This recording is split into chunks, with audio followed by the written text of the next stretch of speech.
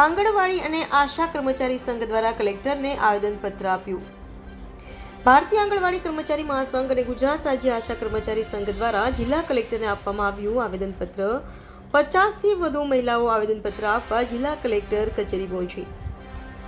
આંગણવાડીની મહિલાઓને minimum veg act મુજબ લઘુત્તમ વેતનની ચૂકવણી કરવામાં આવે, બહેનોને કાયમી નોકરી આપવામાં આવે જેવી માંગો સાથે આવેદનપત્ર આપવામાં આવ્યું. ભારતીય આંગણવાડી કર્મચારી મહાસંઘની બહેનોએ પણ ઈપીએફઓ અને ઈએસઆઈના દાયરામાં નોકરી આપવામાં આવે. આશા વર્કર બહેનોને સામાજિક સુરક્ષા માટે ₹18,000 પગાર આપવામાં આવે. આશા વર્કર બહેનોને નોકરી દરમિયાન અકસ્માત અથવા મૃત્યુ થાય તો ₹5 લાખ સહાય ચૂકવવામાં આવે તેવી માંગ સાથે આવેદનપત્ર આપવામાં આવ્યું. Reporter Naresh Ganwani, Gujarat crime news, Nadiad. સાહેબ સતીશભાઈ ખંડવી, ખેડા જિલ્લા. અમારી માંગમાં છે કે અમને ચોથા કર્મચારી તરીકે જાહેર કરે. દર વર્ષે કે પગાર વધારાની સામે તો અમારી સામે કેટલો બધું ફરજો બજાવો અમારી જોડે. યુનિફોર્મ આપ્યા, જ્યાં જાવ તો કે યુનિફોર્મ. કોઈ બી નાનું મોટું ફંક્શન હોય તો કે આંગણવાડી કાર્યકર, આશા વર્કર અને મધ્યાહન ભોજન, આ 3 જ હોય, બરાબર. પછી આ અત્યારે FRS કરો. કોઈની જો આધાર કાર્ડ હોય ને કોઈની જોડે મોબાઈલ નંબર ના હોય, મોબાઈલ નંબર હોત કે વર્ષો પહેલા બંધ થઈ ગયા હોય, કોઈ બી જગ્યાએ કોઈ ફંક્શન હોય તો ફરજિયાત આંગણવાડીવાળા. તો પછી અમારે આટલા નજીવા પગારમાં અમને શું પોસાય? આટલી બધી મોંઘવારી. તમારી શું માંગણી છે? અમને ચોથા કર્મચારી તરીકે જાહેર કરો.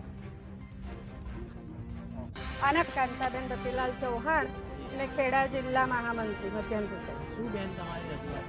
અમારી રજૂઆત એટલી છે કે અમે એક તો માનદ વેતનમાં આવીએ છીએ, અમને પગાર ધોરણમાં લે. બીજી એક જે 551 કરોડ રૂપિયા જે ફાળવ્યા છે જે કેન્દ્રીય રસોડા માટે, એ નાબૂદ કરી અને અમને અમારો હક પાછો આપે.